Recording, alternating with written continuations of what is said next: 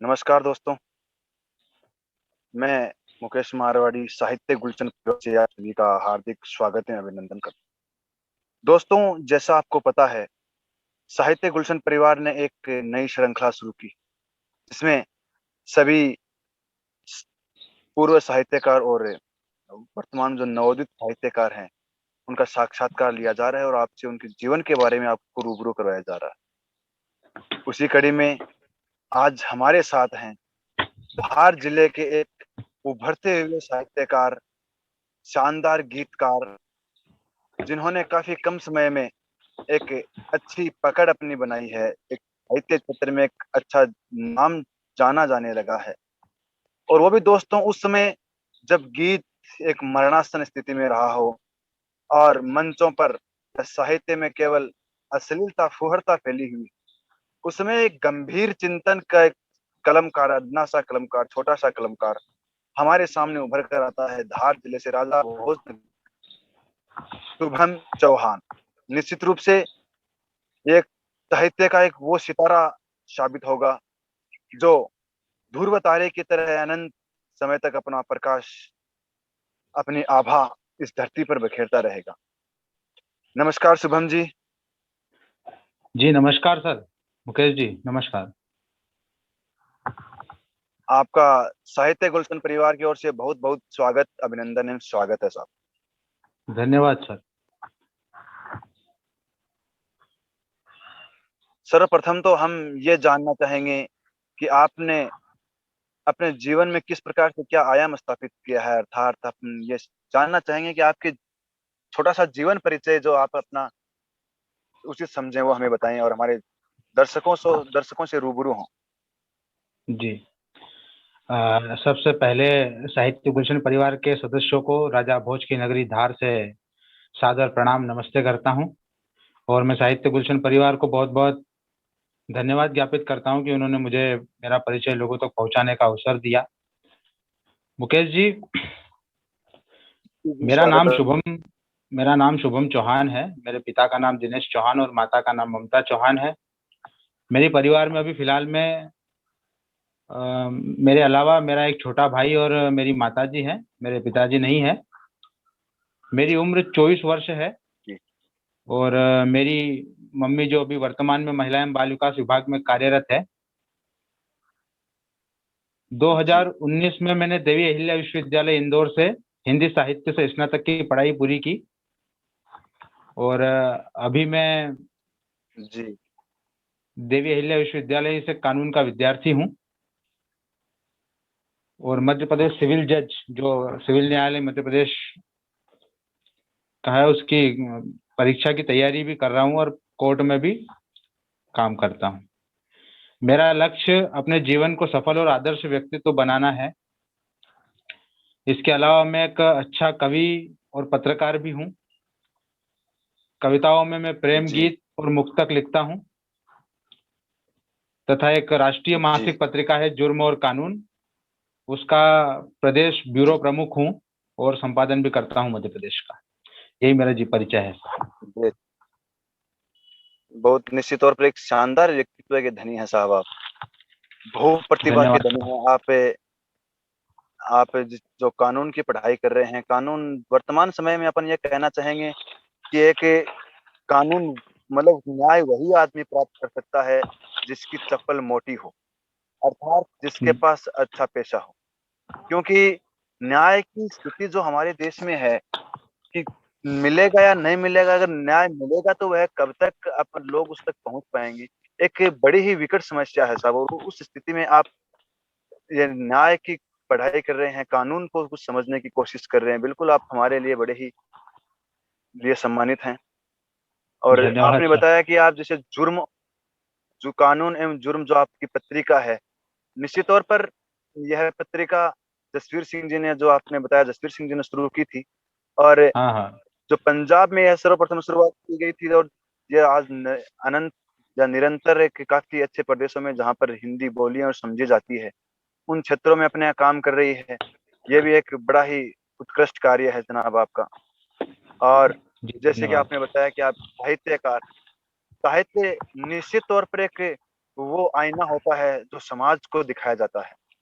समाज किस स्थिति में है, समाज कहाँ क्या है, ये अगर दिखाने का कोई कार्य करता है तो वो निश्चित तौर पर साहित्य कर सकता है। साहित्य को कहा जाता है समाज का दर्पण होता है। जी तो ये सर। बहुत ही अच्छी बात है, आप बहुप्रतिभा के धनी हैं, कवि भी हैं, ये पत्रकार भी हैं और कानून की पढ़ाई कर रहे हैं, और हम बिल्कुल यही इच्छा करेंगे, यही हमारी मनोकामना होगी कि आप इस चीज की तैयारी कर रहे हैं, सिविल जज न्यायाधीश की तैयारी कर रहे हैं।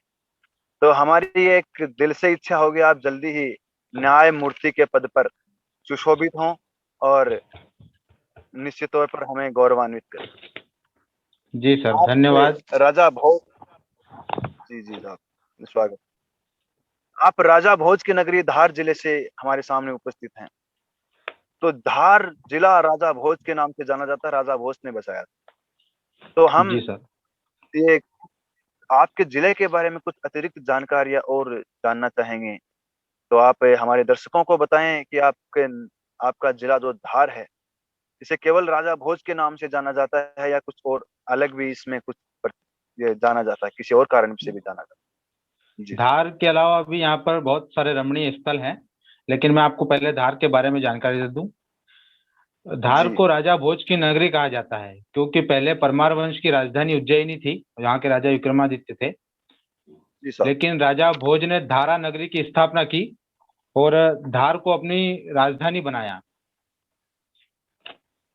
राजा भोज ने धार को विविध प्रकार से अलंकृत करवाया और उसके बाद धार विद्या और कला का एक प्रसिद्ध केंद्र बन गया। जी यहाँ बड़े बड़े विद्वानों का जमघट लगा रहने लगा। राजा भोज ने धार में एक सरस्वती मंदिर भी बनवाया और जिसे वर्तमान में हम भोजशाला के नाम से जानते हैं, तथा मंदिर के पास एक प्रसिद्ध संस्कृत विश्वविद्यालय की स्थापना भी की थी। जी और राजा भोज का जो काल था वो साहित्य का स्वर्ण युग था। बिल्कुल साहब, राजा भोज के नगर में साहित्य का तो बिल्कुल अपन ये कह सकते हैं कि सभी की चांदी थी साहित्यकारों। तो साहित्य का स्वर्ण युग था और उसमें साहित्यकारों का, बड़े बड़े विद्वानों का आश्रय दाता था राजा भोज। ऐसी अनुश्रुतियां है कि जी। धारा नगरी में प्रत्येक कवि को प्रत्येक श्लोक लिखने पर 1 लाख स्वर्ण मुद्राएं राजा भोज के द्वारा दी जाती थी। अरे वाह। राजा भोज जी ने उसी सरस्वती मंदिर के पास में एक विजय स्तंभ का निर्माण करवाया और कुछ दूरी पर एक नगरी का भी स्थापना की, जिसे भोजपुर नगरी थी उस समय, जिसे आज हम भोपाल के नाम से जानते जी। हैं। हाँ, कहा जाता है अच्छा, कि तो भोपाल भी महाराजा, राजा भोज ने बसाया। जी जी, भोजपुर नाम था उसका पहले, अब भोपाल हो गया उसका नाम। वो भोज ताल, जो बड़े तालाब है वहां पे, भोज ताल के नाम से प्रसिद्ध है। जी कहा जाता है कि महाराजा भोज की मृत्यु से धारा नगरी, माँ सरस्वती और कवि विद्वान तीनों निराश्रित हो गए। उसके बारे में एक संस्कृत का श्लोक है कि अद्य धारा निराधारा निरालंबा सरस्वती, पंडिता खंडिता सर्वे, भोज राजे दिवंगते। मतलब राजा बहुत भोज की अच्छा। मृत्यु से धारा नगरी, माँ सरस्वती और सभी विद्वान निराश्रित हो गए थे। लेकिन साहब, बिल्कुल। राजा भोज माँ सरस्वती का वरद पुत्र था। जी उनकी साहब। तपोभूमि धारा नगरी में उनकी तपस्या और साधना से प्रसन्न होकर माता सरस्वती ने उनको साक्षात रूप से दर्शन दिए थे। और माँ से जी साक्षात्कार के पश्चात उसी दिव्य स्वरूप को माँ वाग्देवी की प्रतिमा के रूप में अवतरित कर महाराजा भोज ने भोजशाला में स्थापित करवाया था। वही भोजशाला जहाँ पर जी महाराजा भोज ने 64 प्रकार की सिद्धियां प्राप्त की थी। महाराजा भोज ने जिस दिव्यतम स्वरूप को साक्षात दर्शन किए थे, उसी स्वरूप की महान मूर्तिकार मंथल ने निर्माण किया था, जिसमें माँ सरस्वती का अपूर्व सौंदर्य आपकी आवाज चिताकर्षक है। आपकी आवाज कट रही है थोड़ी, शुभम जी। अभी आ रही है आवाज आपको? हाँ अभी आ रही। हेलो जी। तो हाँ अभी आ रही है आवाज। माँ से साक्षात्कार के पश्चात उसी दिव्यतम स्वरूप को माँ वाग्देवी की प्रतिमा के रूप में महाराजा भोज ने अवतरित कराया और उसी मंदिर में जी उन्होंने 64 प्रकार की सिद्धियां प्राप्त की थी। महाराजा भोज ने जिस दिव्यतम स्वरूप को जी साक्षात दर्शन किए थे, उसी स्वरूप को महान मूर्तिकार मंथल ने निर्माण किया, जिसमें माँ सरस्वती का अपूर्व सौंदर्य चिताकर्षक करता है।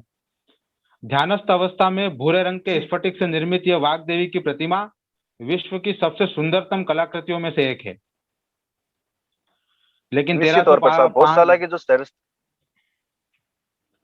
जी तो 1305 में जो इस्लामी आक्रांताओं ने, जिसे अलाउद्दीन खिलजी ने जब आक्रमण किया था और मंदिरों को ध्वस्त किया था, तो उसमें भोजशाला को भी उन्होंने खंडित कर दिया और उसने माँ जी वाग्देवी की प्रतिमा को भी खंडित कर दिया।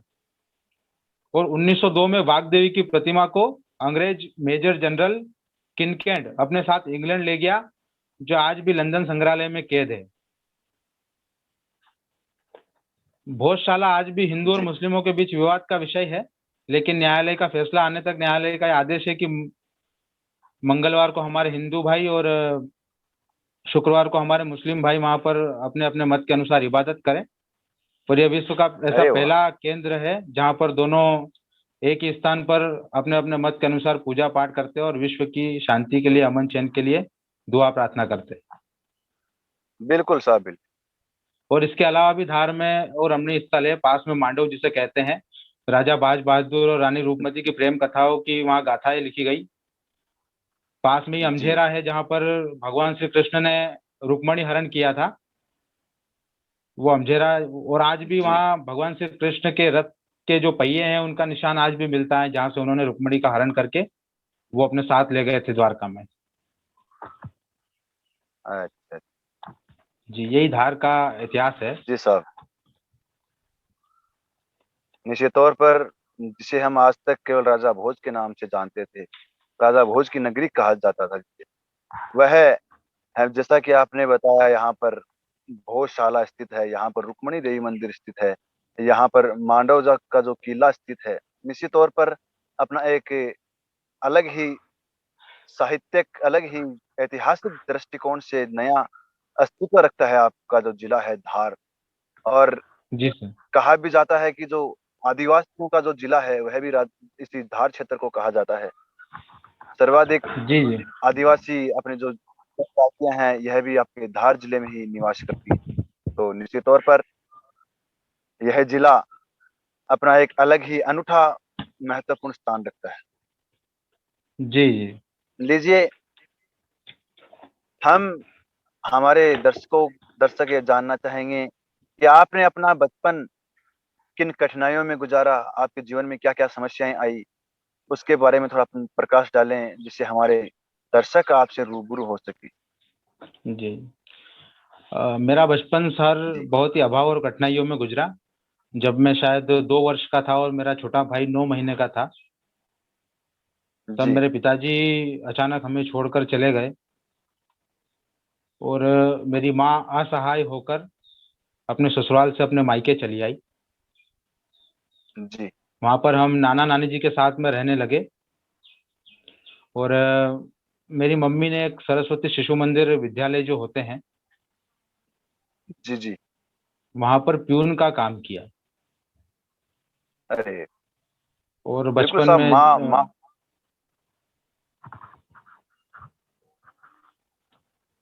प्यून का क्या काम किया उन्होंने। और बड़े जी अभाव में, बड़ी कठिनाइयों में हम मेरा जीवन गुजरा। स्कूल जाता था तो किताबों के पैसे नहीं होते थे, तो किसी से किताब मांग के लाता था, पढ़ाई करता था।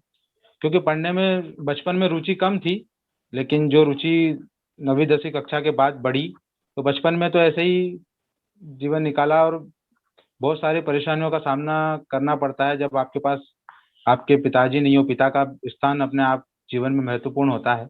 और जब आपके पास बिल्कुल साहब। ज़्यादा आपके वो नहीं हो, आपके पास पैसा नहीं हो, तो आपको बहुत मुश्किलों का सामना बचपन में करना पड़ता है।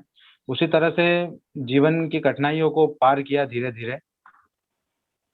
जी बचपन में मुझे आज भी याद है, मैं नाना नानी जी के साथ जिस घर में रहता था, तो वहाँ पे सर ऊपर जो चद्दर लगे हुए थे, वो चद्दरों से पानी टपकता था। और हमारा जो खाना बनाने का रसोई घर था, जी पूरा पानी से भर जाता था। और हम उठा उठा के अलग रखते थे, और चाय कैसे बनाते थे, कैसे खाना बनाते थे, वो सिर्फ इस परिस्थितियां वश इंसान ही जान सकता है उसको। निश्चित तौर पर साहब। और जब हम सोते थे रात को, कभी पानी आ जाता था, तो क्योंकि चद्दर पूरे टूटे हुए थे ऊपर से, तो पानी नीचे आ जाता था, तो हम हमारे बिस्तर उठा उठा के अलग रखते थे। और रात रात भर हमने जाग करके रातें निकाली हैं सर उसमें, ऐसा वो हमारा घर था।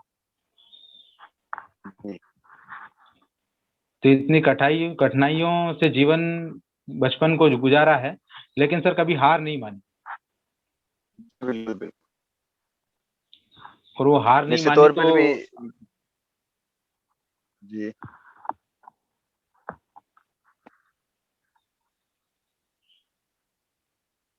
जी, निश्चित तौर पर कहा भी जाता है कि इस जहाँ में नई जवानियाँ होती है। इतिहास वही रास्ता है जहाँ संघर्ष की कहानियाँ होती है। जी तो आपने जी जो सर। संघर्ष की कहानियाँ बताई हमें, निश्चित तौर पर हम्म। उसी संघर्ष का परिणाम है, उसी तपस्या का परिणाम है कि आप आज इस मुकाम पर हैं, कि एक अच्छे स्तर तक पहुँच चुके हैं। आप कानून की पढ़ाई कर रहे हैं, आप पत्रकारिता में हैं। यह बिल्कुल उसी संघर्ष की कहानी है।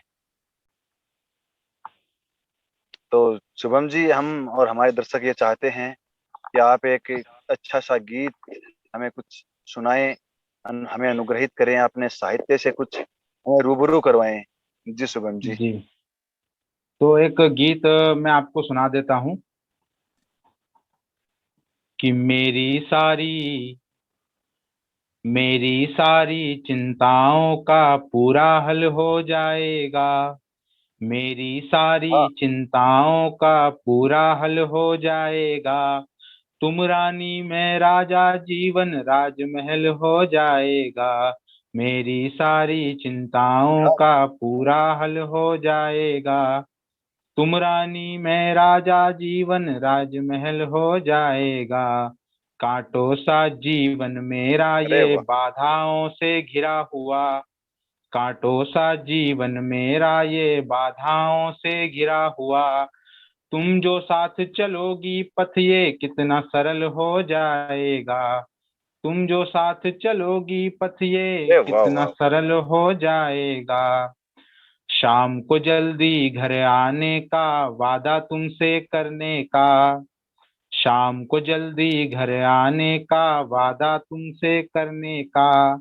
दिन भर की सारी बातों को साझा तुमसे करने का। जाने कैसा सुख होगा वो साथ तुम्हारे चलने का। संग तुम्हारे जीने का और साथ तुम्हारे मरने का। शानदार गीत शुभम जी आपका।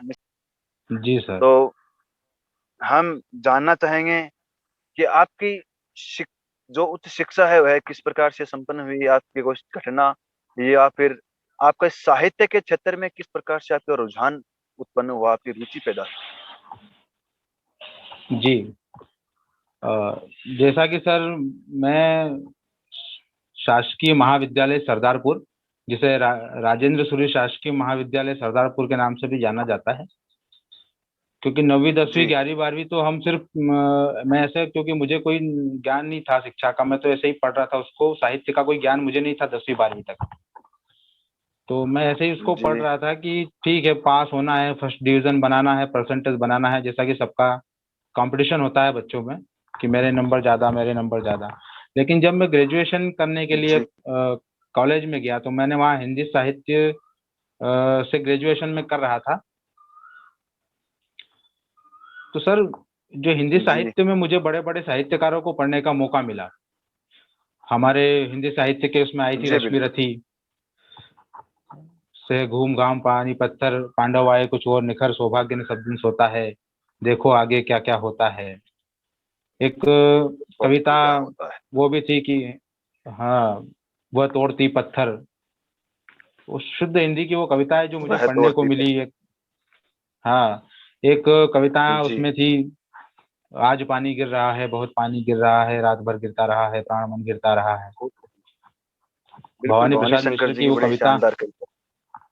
जी जी। जी, तो वो कविताएं पढ़ने को मिली तो मेरी साहित्य में रुचि जागृत हुई। फिर मंचों का जो डर था, तो कॉलेज में जो मंचीय भाषण प्रतियोगिताएं होती है, वाद विवाद होती है, तो मेरे जो हिंदी साहित्य की टीचर थी हमारी, ममता दास मैडम, तो जी, वो हमको हमेशा प्रेरित करती थी मुझे, और मैंने उनके प्रेरणा से बहुत सारे भाषण में, वाद विवाद में, सामान्य ज्ञान की प्रतियोगिताओं में भाग लिया। और मेरे जी अंदर से मंच का जो डर होता है ना, स्टेज फोबिया बोलते हैं जिसको, मंचों का डर जो है वो खत्म हुआ। शब्दों की मालाओं से मैंने साहित्य को जोड़ने की कोशिश की, कविताएं लिखने का प्रयास किया। धीरे धीरे मैंने वहां पे गीत नहीं गजल कविताएं लिखने की कोशिश की, प्रेम गीत लिखना शुरू किए। और जी अभी ये गीत संग्रह मेरे कविता थोड़े दिन में एक कविता की किताब अ, प्रकाशित होने वाली है, जिसका नाम है काव्य वंदना, जिसमें गीत संग्रह है। क्या बात। और जी, जी लीजिए, हम धन्यवाद। ये चाहते हैं कि आपका एक शानदार सा गीत एक और हमारे दर्शकों तक पहुंचाया जाए, जिससे आपकी साहित्यिक शैली से, आपकी कलम के हमारे दर्शक रूबरू हो सके। जी सुबंत जी, जी एक अच्छा सा गीत मुक्तक भी हम चाहेंगे कि आप हमारे दर्शकों तक पहुंचाएं। जी, एक मुक्तक मैं पहले जी आपको सुना देता हूँ। जी।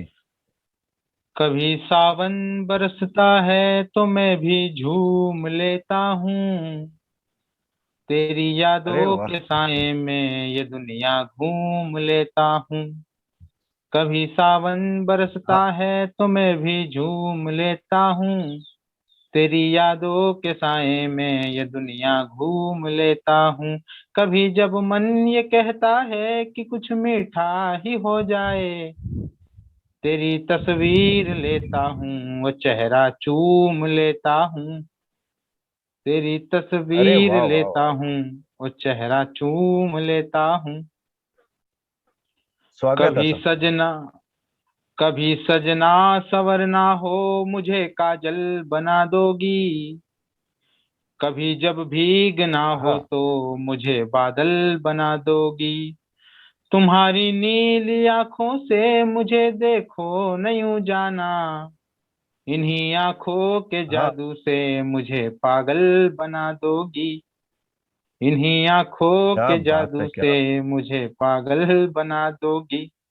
एक गीत मैं आपको सुनाना चाह रहा हूँ इस बीच में, कि जी जब स्वागत। अपने प्रेमी से हम बिछड़ जाते हैं और बहुत दिनों के बाद, कभी सालों 2 सालों के बाद उससे हमारा सामना होता है, बातचीत होती है और बातचीत सार्थक हो जाती है, तब का एक गीत है, जी उसी जी। स्थिति पर एक गीत, ये भूमिका थी इसकी, मैं आपको सुनाना चाहता हूँ, सुनिएगा।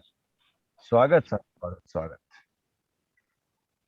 सालों पहले तुम्हें खो दिया था मगर, सालों पहले हाँ तुम्हें खो दिया था मगर, अब तुम मिल गई ये जहां मिल गया, जो चाहा था वाह, जैसा जहां चाहा था, वो वैसा क्या कि बात। वैसा वहां मिल गया। इसका एक बंद है, सुनिए। कि प्रेम के जी दो स्वागत। आंसू छुपाए थे फिर, प्रेम के दो आंसू छुपाए थे फिर, आंख मीरा सी ये साधिका बन गई, प्रेम के दो हाँ हाँ। आंसू छुपाए थे फिर, आंख मीरा सी ये साधिका बन गई। हम तुम्हारे क्या बात है, क्या बात। लिए कृष्ण बन ना सके, हम तुम्हारे लिए कृष्ण बन ना सके, तुम हमारे लिए राधिका बन गई, हम तुम्हारे हाय हाय लिए हाय। कृष्ण बन ना सके, तुम हमारे लिए राधिका बन गई। मौत का एक क्या बात है पता सर। मौत का एक पता पूछते पूछते, जिंदगी का पता हाँ फिर हमें मिल गया, जो चाहा था हाय जैसा हाय। जहां चाहा था, वो वैसा कि हाँ, वैसा वहां मिल गया। और इस गीत का दूसरा क्या बंद, बात।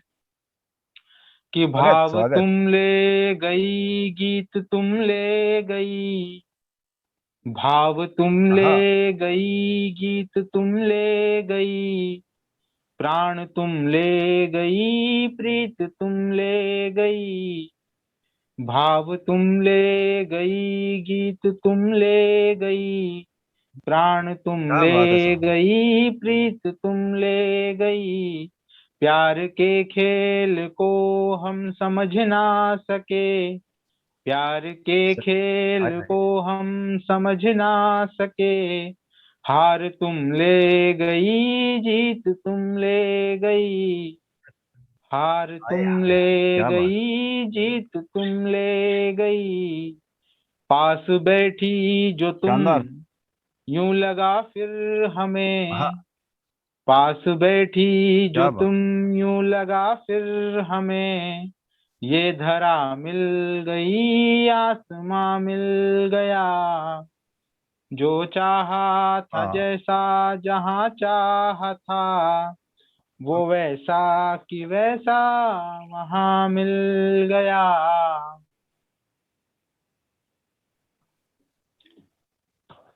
क्या बात है सर। धन्यवाद शानदार, बहुत ही शानदार गीत। जी, बहुत निश्चित तौर बहुत पर धन्यवाद सर। प्रेम की जो प्रकाष्ठा आपने इस गीत में प्रकट की है, निश्चित तौर पर एक बहुत ही अच्छा गीत बन गया है।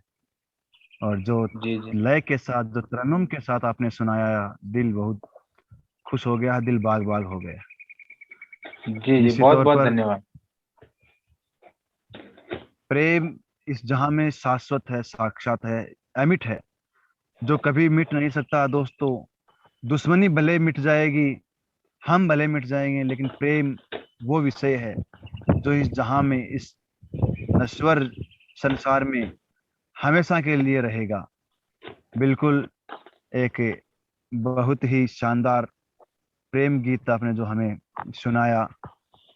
हम हमें बहुत ही सुनकर अच्छा लगा, और आपका बहुत धन्यवाद कि आपने ऐसा गीत हमें इस प्रेम के सागर में जो आपने डुबोने की कोशिश की। हम आपके आभारी हैं, अनुग्रहित हैं। धन्यवाद धन्यवाद। लीजिए, अपन एक बार पुनः अपने प्रश्नों की तरफ चलते हैं।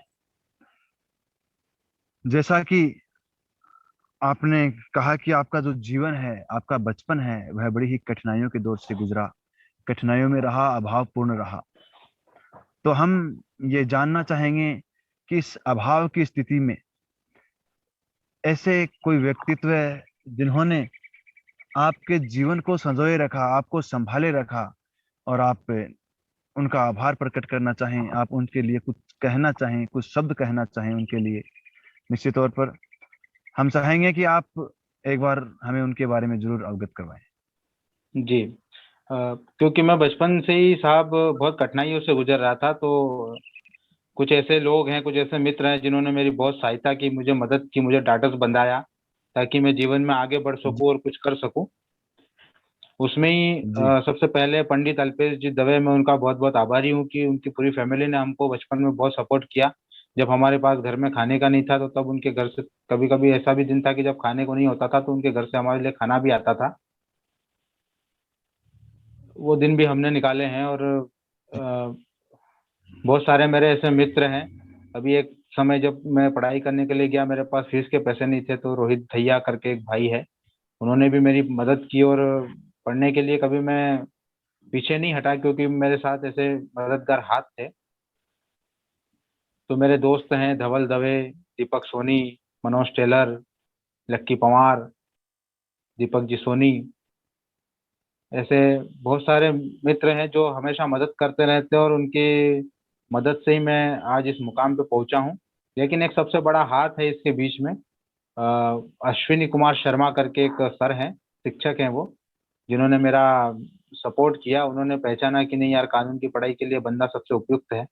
तो उन्होंने कानून की पढ़ाई के लिए मुझे मार्गदर्शन दिया, मुझे मेरी मदद भी की, और मुझे उस लेवल पे पहुंचाया भी ताकि मैं कॉलेज की जो कानून की पढ़ाई है उसको जारी रख सकूं। डॉक्टर अरे वाह। अश्विनी कुमार शर्मा जी हैं। तो मैं उनका, और जो भी जितने भी लोग जिन्होंने मेरी मदद की, उन सबका आपके इस चैनल के माध्यम से बहुत बहुत धन्यवाद करता हूँ, बहुत बहुत धन्यवाद ज्ञापित करता हूँ और आभार प्रकट करता हूँ। निश्चित तौर पर जब कभी कदम उठते हैं तो लड़खड़ाते जरूर हैं। जी। और आपने तो उस समय में अपना जीवन बिताया है, उस अपना बचपन बिताया है, जब ना तो आपके पास सड़क थी चलने के लिए, ना ही आपके पास आधार था। तो उस समय जो हथेलियां रखकर आपके पाँव को जिन्होंने थामा है, निश्चित तौर पर वो सहायता वाले हाथ बड़े ही सम्माननीय हैं आपके लिए, हम सब के लिए। और हम उम्मीद करेंगे आगे भी ऐसे ही वो सहायता वाले हाथ आपके लिए निरंतर उठते रहेंगे। निश्चित तौर पर, अगर जैसा कि कहा भी जाता है कि अगर जब कोई व्यक्ति चलता है तो वह लड़खड़ाता है, तो एक लाठी का सहारा उसे चाहिए। तो उसी लाठी के सहारे के रूप में आपके जो मित्रवत हैं, आपके गुरुजन हैं, उन्होंने आपको हमेशा सहारा दिया। मैं बहुत बहुत साधुवाद देता हूँ उनको, बहुत बहुत आभार प्रकट करता हूँ उनके लिए। हम चाहेंगे कि आप एक और अपना अच्छा सा गीत हमारे दर्शकों तक पहुंचाएं, जिससे जी। हमारे दर्शक आपके साहित्यिक शैली से जो निरंतर ओतप्रोत हो रहे हैं, निरंतर आपका साहित्यिक रसास्वादन जो कर रहे हैं, एक और अच्छा सा गीत इसी कड़ी में। जी, स्वागत स्वागत स्वागत।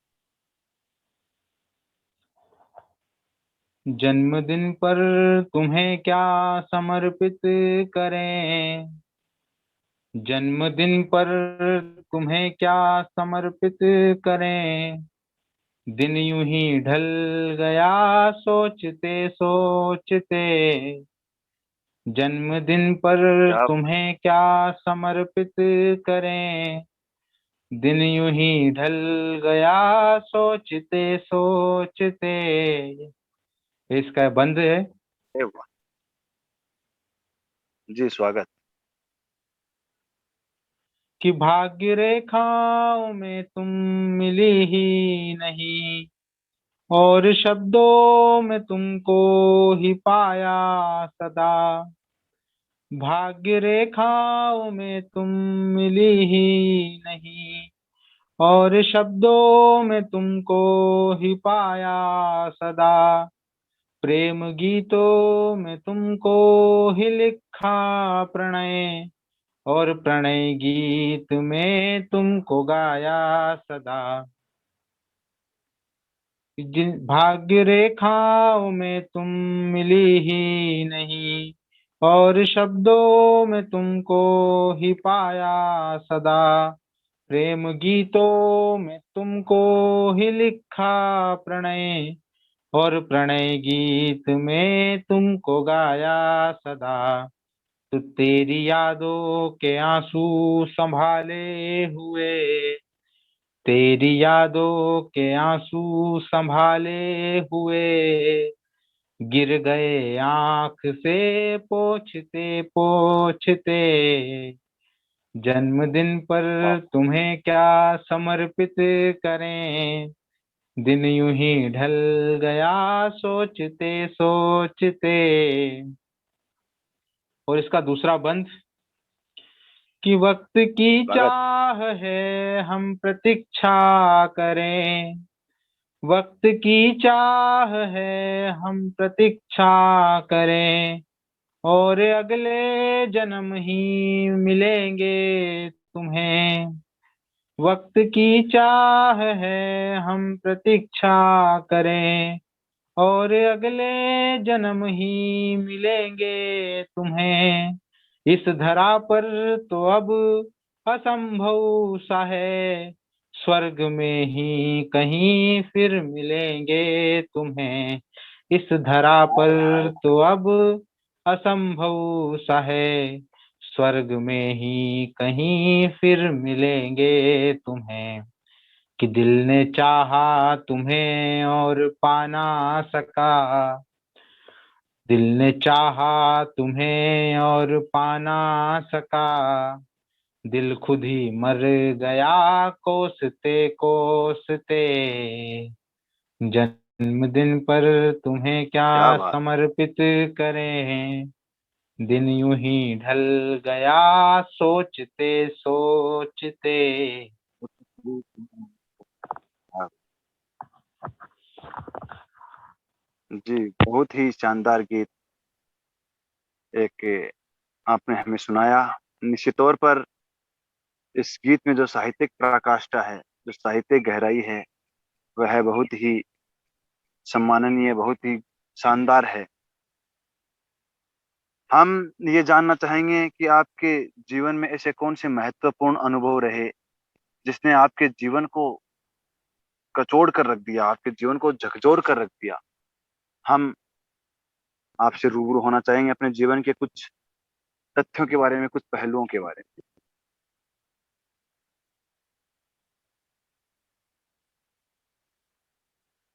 आवाज नहीं आ रही है आपकी शुभम जी।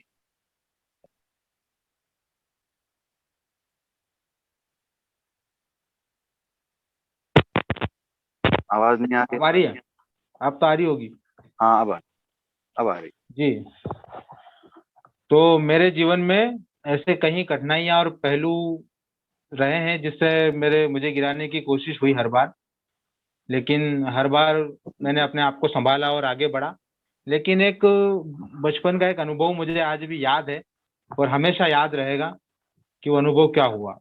जैसा कि मैंने आपको बताया मुकेश जी, जब मैं छोटा था तो मेरी पढ़ाई में रुचि जी नहीं थी। बचपन में मेरी पढ़ाई में जी बिल्कुल रुचि नहीं थी। मैं बस, क्योंकि बहुत शैतान, बहुत शरारती बच्चा था, क्योंकि मम्मी ज्यादा डरा धमका नहीं पाती थी, पिताजी थे नहीं तो किसी की बात सुनना नहीं। तो बहुत शरारती जी था बचपन में। बहुत, कम से कम 10-12 शिकायतें रोज मेरी मम्मी के पास आती थी।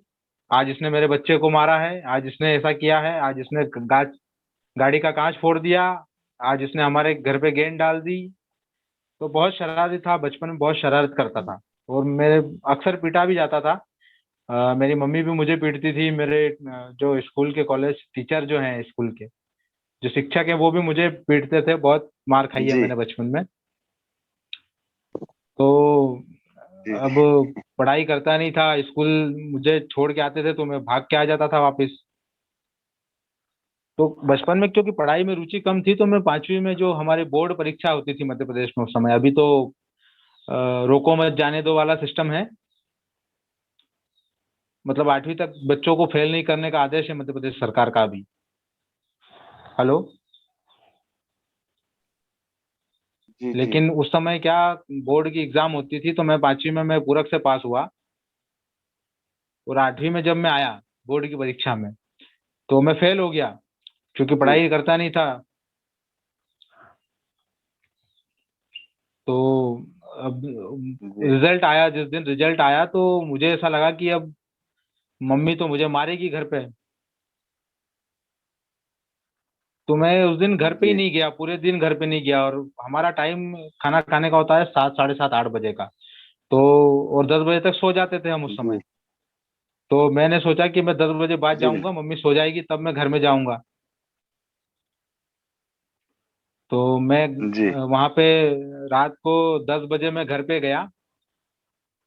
तो मेरी मम्मी ने खाना भी अच्छा। नहीं खाया था, मेरी मम्मी भी बैठी थी, मेरी नानी जी थी साथ में, वो भी बैठी थी, मेरा छोटा भाई भी बैठा था। तो मुकेश जी, क्योंकि शरारती था और मुझे पता था कि मार पड़ने वाली है, तो मैं गया वहां पे। हेलो मुकेश जी, सुन पा रहे हैं आप? जी जी, सुन पा रहा हूँ। तो मैं घर पहुंचा। तो घर पहुंचने के बाद मुझे लगा कि मेरी मम्मी अब मारेगी मुझे डंडे से। तो मैंने पहले ही रोना जी। शुरू कर दिया। लेकिन क्या साहब, कहा आपने? मुझे मैंने उस दिन मैंने पहले ही रोना शुरू कर दिया ताकि मुझे मार कम पड़े, पड़े तो की पर कम मार पड़ेगी। तो मैंने रोना शुरू कर दिया। लेकिन साहब, उस दिन जी पता नहीं वो क्या दिन था, मेरी मम्मी ने मुझे मारा नहीं, लेकिन जब मैंने रोना शुरू किया तो मेरी मम्मी के भी आंखों में आंसू आ गए और मेरी मम्मी ने भी रोना शुरू कर दिया। और मुझे बोला कि बेटा, मुझे तुझसे ये उम्मीद तो नहीं थी कि तू फेल हो जाएगा, लेकिन जी मुझे आज बहुत बुरा लग रहा है, कि बहुत बुरा लग रहा है मुझे आज कि मैंने इतनी मुसीबत से तुमको पढ़ाया लिखाया और तुम फिर भी फेल हो रहे हो, पढ़ाई में तुम्हारा ध्यान नहीं है। और मुझे वो जीवन की वो घटना बहुत कचोटी साहब। मुझे ऐसा लगा कि मैंने बहुत बड़ा पाप कर दिया है अपनी माँ का दिल दुखा करके। और उस दिन मैं पूरी रात नहीं सो पाया और मैंने प्रण किया कि नहीं अगर अब मैं पढ़ाई करूंगा तो मैं पास होके दिखाऊंगा। तो उस समय मैंने सेकेंड डिवीजन से 8वीं की जी बोर्ड की परीक्षा पास की, 9वीं में आया, 10वीं में फर्स्ट डिवीजन बनाया, जी, 12वीं में स्कूल का टॉपर रहा, और ग्रेजुएशन जब हिंदी साहित्य से मेरा हुआ तो मैं पूरे तहसील में और कॉलेज का टॉपर था। अरे वाह। तो वो जीवन की जो घटना थी, उस घटना से मैंने पीछे मुड़ के नहीं देखा। अगर मेरी मम्मी उस दिन मुझे मार लेती या मुझे दो झापट लगा देती, मुझे मार पिटाई मेरी पिटाई कर देती, तो शायद मैं इतना आगे नहीं बढ़ पाता, क्योंकि मेरे मन में नहीं लगता, मार खाने का तो आदी था मैं।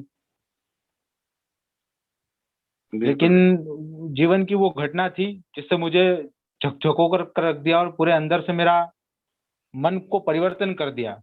और उस दिन से मैंने जो पढ़ना शुरू किया साहब, मैंने आज तक पीछे निकल के नहीं देखा। और कॉलेज में भी क्योंकि सबका लाडला था, सबसे पढ़ाई में टॉपर भी था, सबसे पढ़ने लिखने में भी अच्छा था, तो स्कूल कॉलेज के सभी जो टीचर थे उनका भी मैं लाडला था। तो वो जीवन की घटना थी जिसने जी मुझे झकझकोर कर रख दिया। और एक कविता छोटी सी मैं सुनाना चाहूंगा कि मैंने जो कॉलेज के दिनों में लिखी थी, क्योंकि कॉलेज का वो आखिरी दिन बिल्कुल। था जब मैंने कॉलेज छोड़ा था। जी तो मैंने एक छोटी सी कविता कॉलेज के जी ऊपर जी, लिखने स्वागत। की कोशिश की थी। आज मेरे शायद कॉलेज के कुछ दोस्त लोग भी इस चैनल के माध्यम से सुन रहे होंगे, तो मैं उनको भी समर्पित करना चाहता हूँ एक कविता। स्वागत सुनिएगा। स्वागत। कॉलेज के लास्ट दिन लिखी हुई ये जी कविता है कि हंसी खुशी में जी, मिलने स्वागत। वाले नॉलेज वाले दिन, हंसी खुशी में मिलने हाँ, वाले नॉलेज वाले दिन, बहुत याद आएंगे हमको कॉलेज वाले दिन। हंसी खुशी से मिलने वाले क्या बात। नॉलेज वाले दिन, बहुत याद आएंगे हमको कॉलेज वाले दिन। अलावा सर की राजनीति और कक्षा का हुड़दंग, अलावा सर की राजनीति हाँ, और कक्षा का हुड़दंगा, दास मैडम की हिंदी और कविताओं का तड़का, डावर सर की बहुत पुरानी इतिहासों वाले दिन, डावर सर की बहुत पुरानी इतिहासों वाले दिन, बहुत याद आएंगे हमको कॉलेज वाले दिन। हंसी खुशी से मिलने वाले नॉलेज वाले क्या बात। दिन, बहुत याद आएंगे हमको कॉलेज वाले दिन। क्या बात। क्या बात।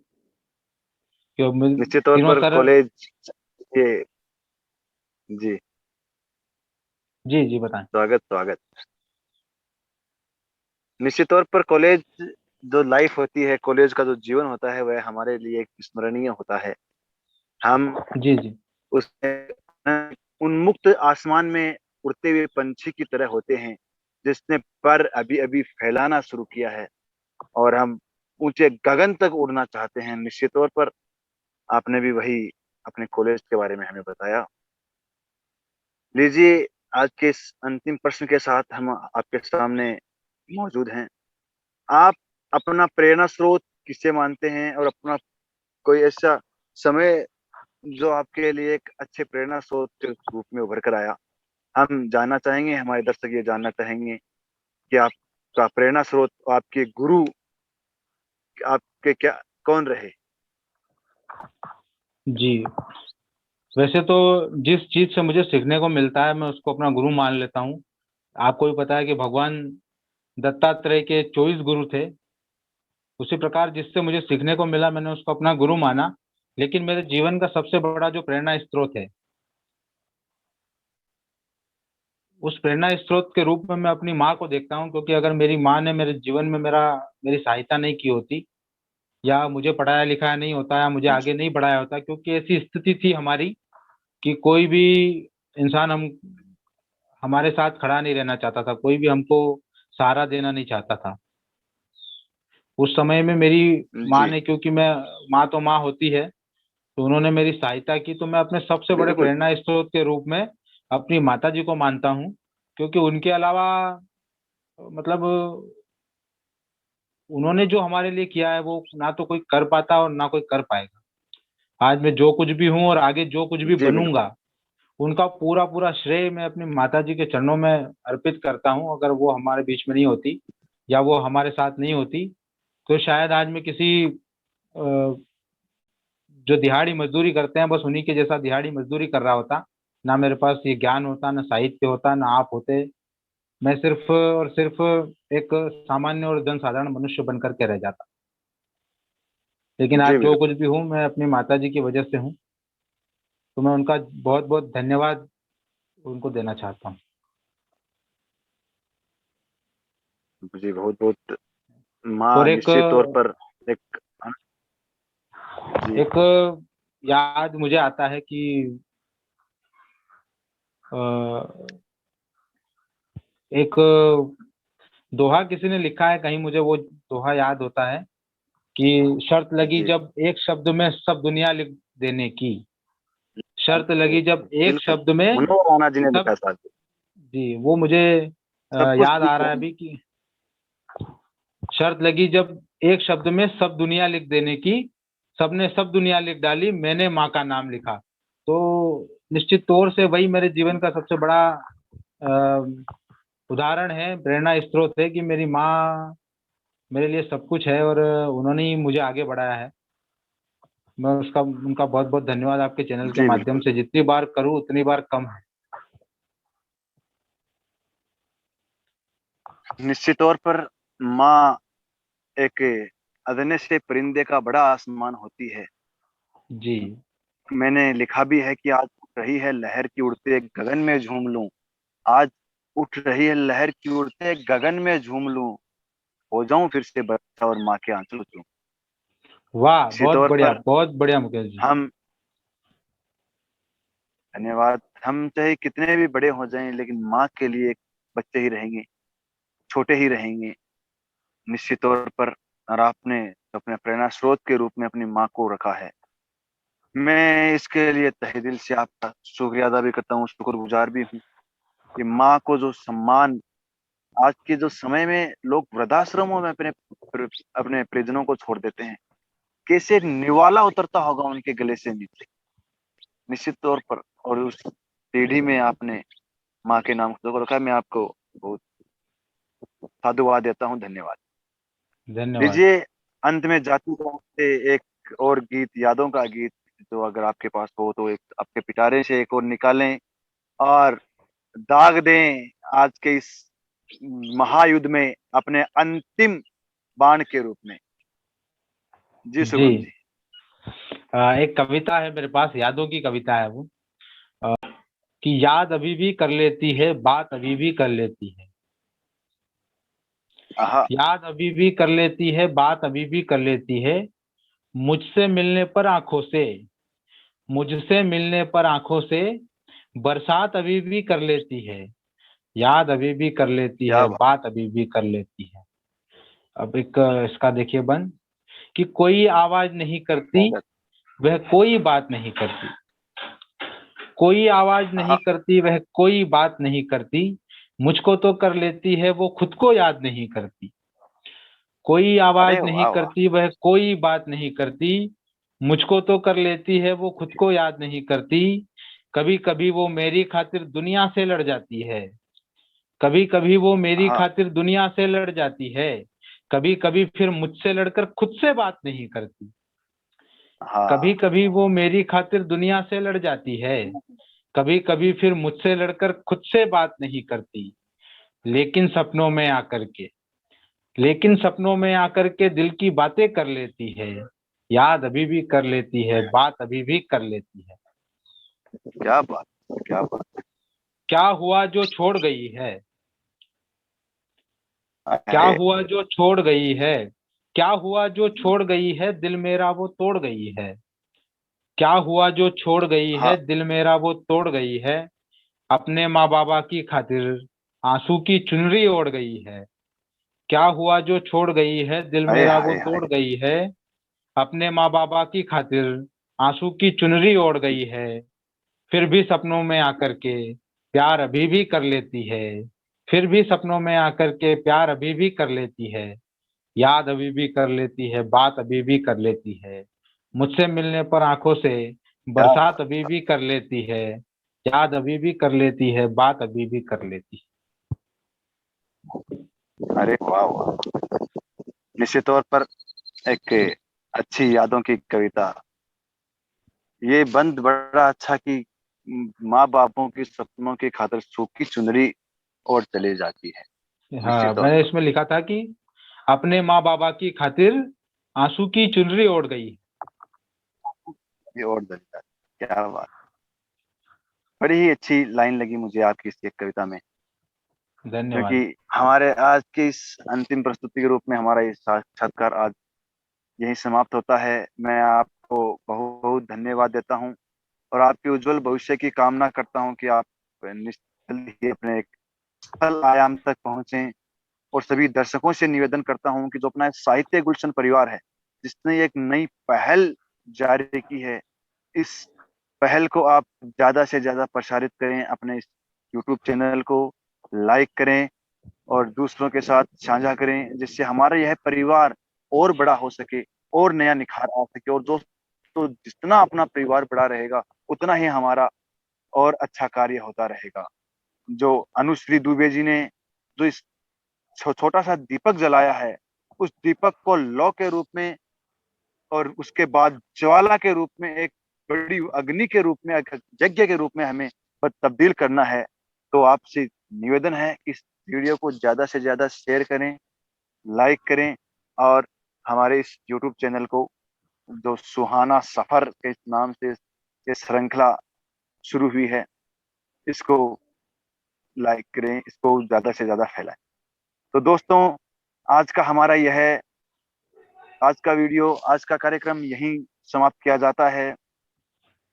कहा भी है कि पत्ते आने पर, हवा आने पर पत्ते हिलते रहेंगे, हवा आने पर पत्ते हिलते रहेंगे, बागों में फूल खिलते हैं, खिलते रहेंगे। जिंदगी रही तो दोस्तों फिर एक दिन जैसे आज मिले हैं वैसे ही मिलते रहेंगे। बहुत बहुत जी, बहुत बहुत धन्यवाद, धन्यवाद। बहुत बहुत आभार।